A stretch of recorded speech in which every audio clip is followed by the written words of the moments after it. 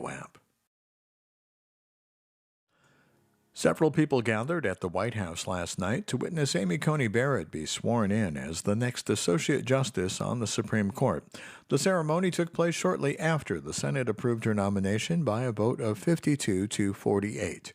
The oath of office was administered by Justice Clarence Thomas.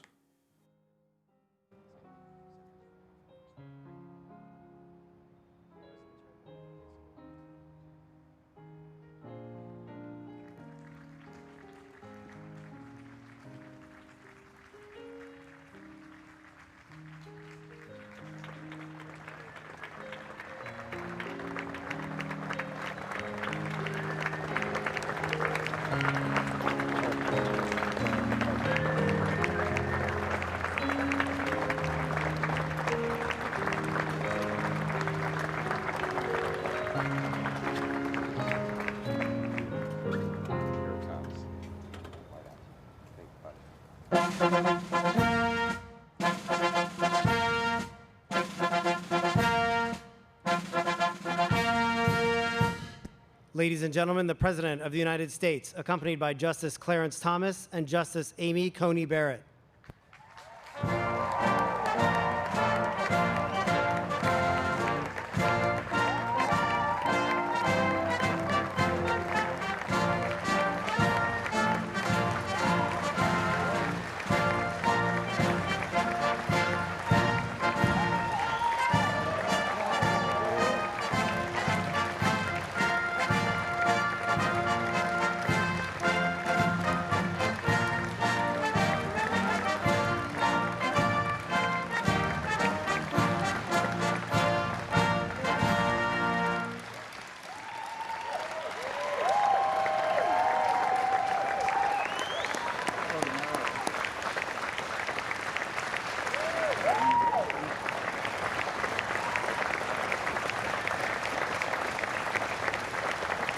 Thank you very much. Appreciate it. Thank you very much. And distinguished guests and my fellow citizens, this is a momentous day for America, for the United States Constitution, and for the fair and impartial rule of law. The Constitution is the ultimate defense of American liberty. The faithful application of the law is the cornerstone of our republic.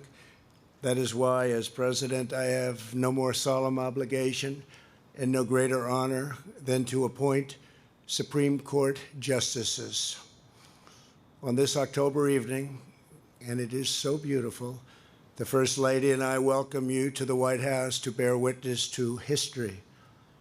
In a few moments, we will proudly swear in the newest member of the United States Supreme Court, Justice Amy Coney Barrett.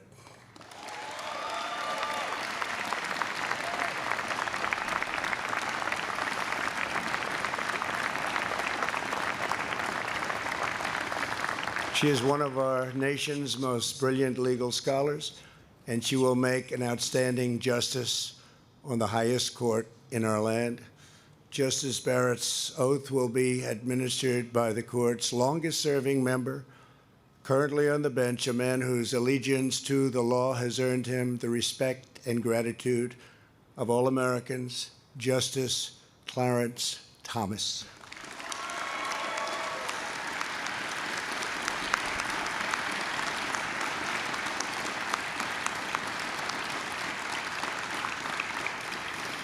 Our country owes a great debt of thanks to Senate Majority Leader Mitch McConnell. We appreciate it very much, Mitch. Thank you.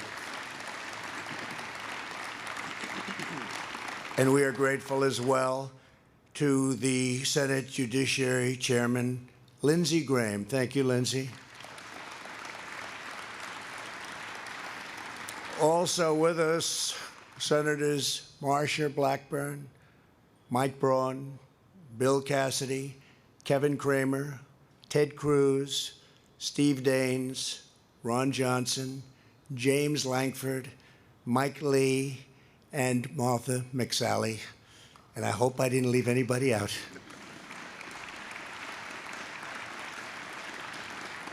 And a very special thanks to our great Vice President, Mike Pence. Thank you, Mike.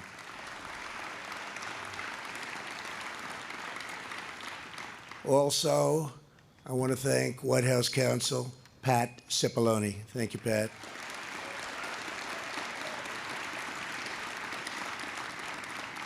And very importantly, I want to welcome Justice Barrett's husband, Jesse. Thank you, Jesse. Thank you. Let me also recognize your 7 children, your great, beautiful children who have become really very, very popular in this nation. People have been watching them and loving them, and they're watching right now back home in Indiana. Thank you very much.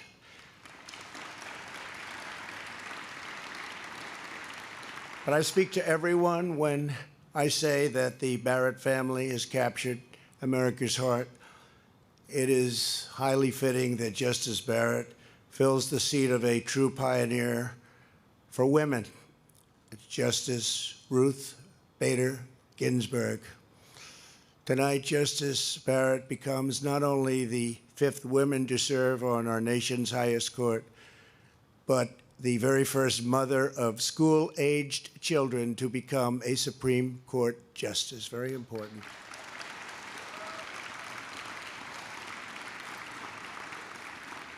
Over the past few weeks, the entire world has seen Justice Barrett's deep knowledge, tremendous poise, and towering intellect. She answered questions for hours on end. Throughout her entire confirmation, her impeccable credentials were unquestioned, unchallenged, and obvious to all. Justice Barrett earned a full academic scholarship to Notre Dame Law School, graduated first in her class, and served as a clerk for Justice Antonin Scalia. She was a beloved professor at Notre Dame Law School for 15 years before I very proudly appointed her to the U.S. Circuit Court of Appeals for the 7th Circuit in 2017. The American people have been profoundly impressed to learn of her achievements, her compassion, her generosity, her faith, and her sterling character. Justice Barrett made clear she will issue rulings based solely upon a faithful reading of the law and the Constitution as written, not legislate from the bench. The equal, impartial, and constitutional rule of law that we enjoy every day in America is one of the crowning achievements in the history of human civilization. It is the triumph of reason, experience, and the values which are eternal and everlasting. Our devotion to this inheritance is what has made America the most just, exceptional, and glorious nation ever to exist. I want every American child watching to understand that this is a very special and important ceremony. We are fulfilling the duty that passes to each new generation to sustain the national traditions and virtues that make possible everything we have achieved before that. We will do tomorrow because of our Constitution and our culture of freedom. You live in a land where anything is possible and where any dream can come true. No matter who you are, no matter your background, in America, everyone is entitled to equal protection under our laws, and your sacred rights can never, ever be taken away. The march of liberty that began with the American Revolution continues onward this evening. Tonight at the White House, we carry forward the cause of freedom, equality, and justice for which so many generations of Americans have given so much. We honor the cause for which men died to win the Civil War and for which they jumped out of airplanes and shed their blood on distant battlefields. We honor the immortal principles inspired millions in the struggle for civil rights, and we take special pride in the nation that inspires billions of people all over the world. We must never take this radiant inheritance for granted. We must never lose confidence in our history, our heritage, or in our heroes. To reach for the stars, we must stand upon the strong and sturdy foundation built by those incredible Americans who came before. Justice Barrett, as you take your oath tonight, the legacy of our ancestors falls to you. The American people put their trust in you and their faith in you as you take up the task of defending our laws, our Constitution, and this country that we all love. We ask God to give you wisdom and courage. I know you will make us all very, very proud as long as we are loyal to our founding and to our fellow citizens. America's future will be bright, America's destiny will be great, and America's people will forever and always be free. I now ask Justice Thomas to administer the oath. Thank you very much.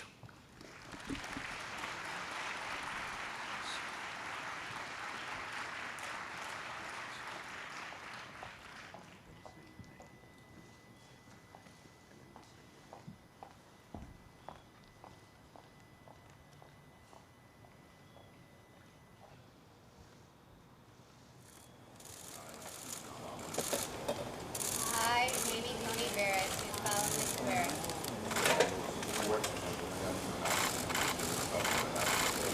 that I will support and defend the Constitution of the United States against all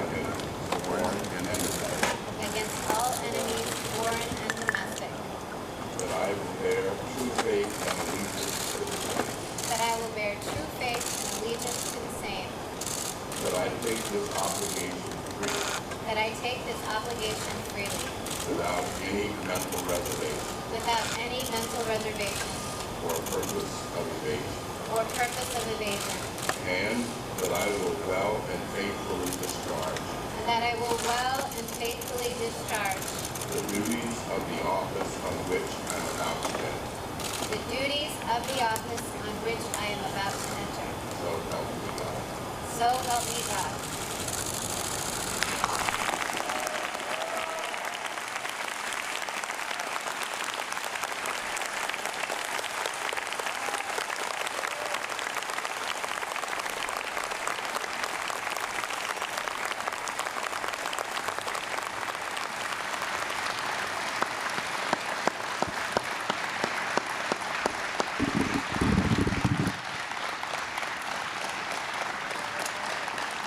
Thank you. Thank you so very much. Thank you all for being here tonight. And thank you, President Trump, for selecting me to serve as an Associate Justice of the United States Supreme Court. It's a privilege to be asked to serve my country in this office, and I stand here tonight truly honored and humbled. Thanks also to the Senate for giving its consent to my appointment. I am grateful for the confidence you have expressed in me, and I pledge to you and to the American people that I will discharge my duties to the very best of my ability. This was a rigorous confirmation process, and I thank all of you, especially Leader McConnell and Chairman Graham, for helping me to navigate it. My heartfelt thanks go to the members of the White House staff and Department of Justice who worked tirelessly to support me through this process. Your stamina is remarkable, and I have been the beneficiary of it. Jesse and I are also so grateful to the many people who have supported our family over these last several weeks. Through ways both tangible and intangible, you have made this day possible. Jesse and I have been truly awestruck by your generosity. I have spent a good amount of time over the last month at the Senate, both in meetings with individual senators and in days of hearings before the Senate Judiciary Committee. The confirmation process has made ever clearer to me one of the fundamental differences between the federal judiciary and the United States Senate. and perhaps the most acute, is the role of policy preferences. It is the job of a senator to pursue her policy preferences. In fact, it would be a dereliction of duty for her to put policy goals aside. By contrast, it is the job of a judge to resist her policy preferences. It would be a dereliction of duty for her to give in to them. Federal judges don't stand for election. Thus, they have no basis for claiming that their preferences reflect those of the people. This separation of duty from political preference is what makes the judiciary distinct among the three branches of government. A judge declares independence not only from Congress and the President, but also from the private beliefs that might otherwise move her.